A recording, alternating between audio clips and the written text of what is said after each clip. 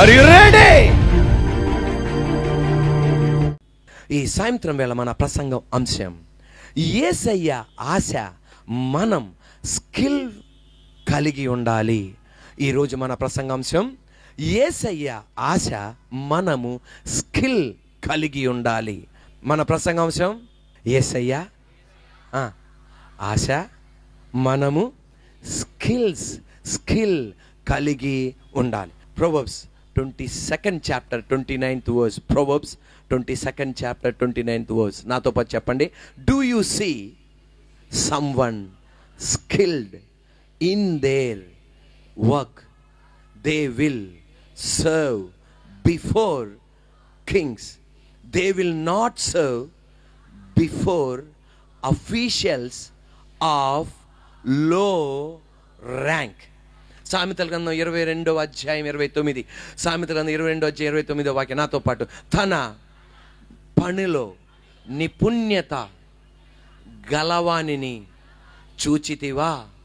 అల్పులైన వారి ఎదుట కాదు, వాడు రాజుల ఎదుటనే నిలుచును.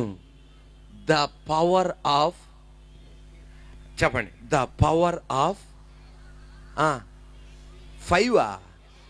ద పవర్ ఆఫ్ ఎస్ అంటే ద పవర్ ఆఫ్ స్కిల్. తన పనిలో నైపుణ్యత కలిగిన వాణ్ణి చూచితివా? అల్పుల ఎదుటనే కాదు, వాడు రాజుల ఎదుటనే నిలుచును. ఎక్లియాస్టిస్ 10:10 ప్రసంగి గ్రంథం 10వ అధ్యాయం 10వ వాక్యం ఇలాగుంటది. నాతో పాటు చెప్పండి. If the axe is dull and its edge is unsharpened, more strength is needed, but skill brings success. మళ్ళా చెప్పండి గట్టిగా 1 2 3. If the axe is dull and its edge is unsharpened, more strength is needed, but skill bring success. ప్రసంగి గ్రంథములో సొలొమోన్, సామెతల గ్రంథములో ఏమన్నాడంటే తన పనిలో నైపుణ్యత అంటే స్కిల్ అన్న మాటకి అర్థం చాలా అర్థం ఉన్నది. ఒకటి నిపుణత, ఇంకొక మాట నైపుణ్యత, 3 సామర్థ్యం, 4 ప్రజ్ఞ. ఇటువంటి సామర్థ్యము, ఇటువంటి నైపుణ్యత, నిపుణత కలిగిన వాణ్ణి అంట అల్పుల ఎదుట నిలబడంట, అతను రాజుల ఎదుట నిలబడతాడంట. ఇక్కడ ఏమన్నాడంటే ఒక గొడ్డలి మొద్దుబారి ఉంటే ఆ మొద్దుబారిన గొడ్డలితో ఆ మ్రాను నరకాలని చూస్తే ఆ మ్రాను కిందకి పడతదా? పడతది, కానీ 1 వారం పడుతుంది, 2 వారాలు పడుతుంది. అదే గనక గొడ్డలని గనక పొదును చేస్తే ఏమైద్ది? 1 వారం పట్టింది, 2 వారాలు పట్టింది, 1 గంటలో కింద పడిపోద్ది ఆ చెట్టు కానీ ఆ మ్రాను కానీ. అంటే నువ్వు కష్టపడినా, నువ్వు శ్రమించినా తగిన ఫలితం నువ్వు చూడలేవు. కానీ ఎప్పుడైతే నీ కష్టములో, ఎప్పుడైతే నీ శ్రమలో నైపుణ్యత, నిపుణత, సామర్థ్యం, స్కిల్ఫుల్నెస్ తోడవుతుందో సంవత్సరం చెయ్యవలసింది 1 వారములో నువ్వు చేయగలవు. నా దేవుని ఆశ నా బిడ్డలు గుడ్డిగా కష్టపడకూడదు, నా బిడ్డలు మొద్దుబారిన వాళ్ళగా శ్రమ పడకూడదు.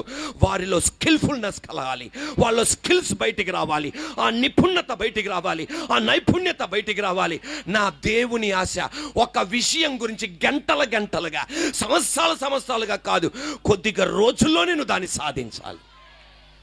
ఇప్పుడు మన జీవితం గొడ్డలిలాగా, మొద్దుబారిన గొడ్డలిగా మారిపోయిందా? ఆ గొడ్డలి ఏమవ్వాలి?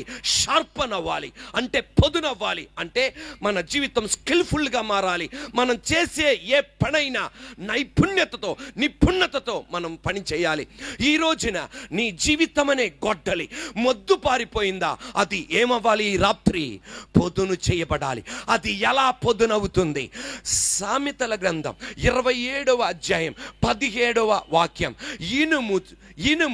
ఇనుముతోనే ఏమవుతుంది? పొదునవుతుంది.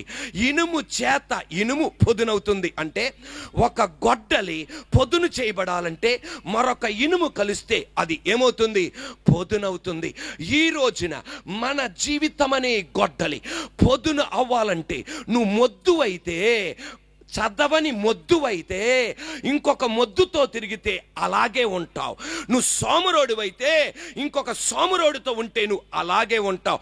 నువ్వు అలక్ష్యంగా జోకులేసుకుని సరదాగా ఉండే నీ జీవితం అయితే అలాంటోడితో ఉంటే నీ బతుకు అలాగే ఉంటుంది.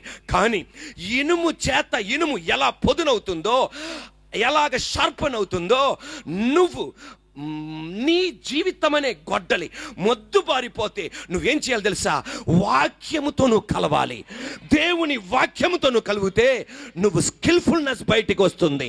దానికి సంబంధించిన పుస్తకాలు చదివినప్పుడు, మంచి పుస్తకాలు చదివినప్పుడు, ప్రార్థనతో నువ్వు జోడించినప్పుడు, నీ జీవితాన్ని పరిశుద్ధముతో జోడించినప్పుడు, జ్ఞానముతో జోడించినప్పుడు, నీ తెలివితేటలతో జోడించినప్పుడు నీ జీవితం ఎలా మారుతుందంటే మొద్దుబారిన గొడ్డలిగా ఉండదు, పొదును చేయబడిన గొడ్డలిగా ఉంటుంది.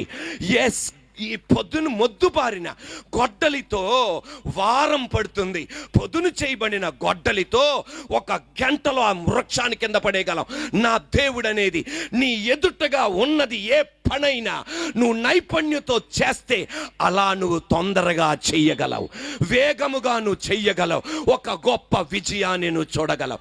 ఈ సాయంత్రం వేళ ఈ యూత్ ఉత్సవంలో వాక్యం వింటున్న ప్రతి చెల్లి కష్టపడేవాళ్లే, ప్రతి చెల్లి శ్రమించేవాళ్లే, ప్రతి తమ్ముడు కష్టపడేవాడే, ప్రతి తమ్ముడు శ్రమించేవాడే. కానీ విజయం చూడట్లా.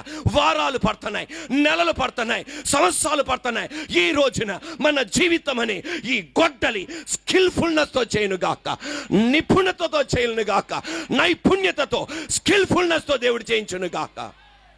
అటువంటి చెప్పండి, తన పనిలో నిపుణత కలిగిన వాణ్ణి చూచితివా? అల్పుల ఎదుటనే కాదు, వాడు, చెప్పండి, గట్టిగా చెప్పండి. ఎలా చెప్తున్నారంటే గట్టిగా, వాడు రాజుల ఎదుట నిలుస్తాడు. ఒక మాట మీరు గమనించండి. దానియేలు యెరూషలేములో ఉన్నవాణ్ణి బబిలోన్ దేశానికి తీసుకొచ్చారు. కానీ దానియేలు ఒక ముగ్గురు ఫ్రెండ్స్ను కూడా యెరూషలేము నుండి బబిలోన్ తీసుకొచ్చారు. నలుగురు కూడా స్కిల్ఫుల్ కలిగిన వాళ్ళు, స్కిల్స్ కలిగిన వాళ్ళు, నైపుణ్యత కలిగిన వాళ్ళు, సామర్థ్యం కలిగిన వాళ్ళు. అటువంటి దానియేలుని 3 రాజుల ఎదుట నా దేవుడు నిలబెట్టాడు. షడ్రకు, మేషకు, అబేద్నెగోలని రాజుల ఎదుట నిలబెట్టాడు. ఎందువలన? వాళ్ళు గొడ్డలిని మొద్దుబారినట్టు ఉంచుకోవాలా, వాళ్ళు పొద్దునగా చేసుకున్నారు. వాళ్ళ జీవితం అనే గొడ్డలిని, మన జీవితాన్ని కూడా ఇలా సాగిపోదాం అనుకుంటే అలా మొద్దుబారిన గొడ్డలిగా వెళ్తుంది 80 సంవత్సరాల దాకా. లేదు, నేను దీన్ని పొద్దున చేయాలనుకుంటే అది నీ చేతిలో ఉంది. Praise the Lord. యోసేపు ఒక బానిసగా వచ్చాడు, చెరసాల్లో ఒక ఖైదీగా వచ్చాడు. కానీ తన పనిలో నైపుణ్యత కలిగిన వాడు, నిపుణత కలిగిన వాడు, అతన్ని నా దేవుడు రాజుల ఎదుట నిలబెట్టాడు.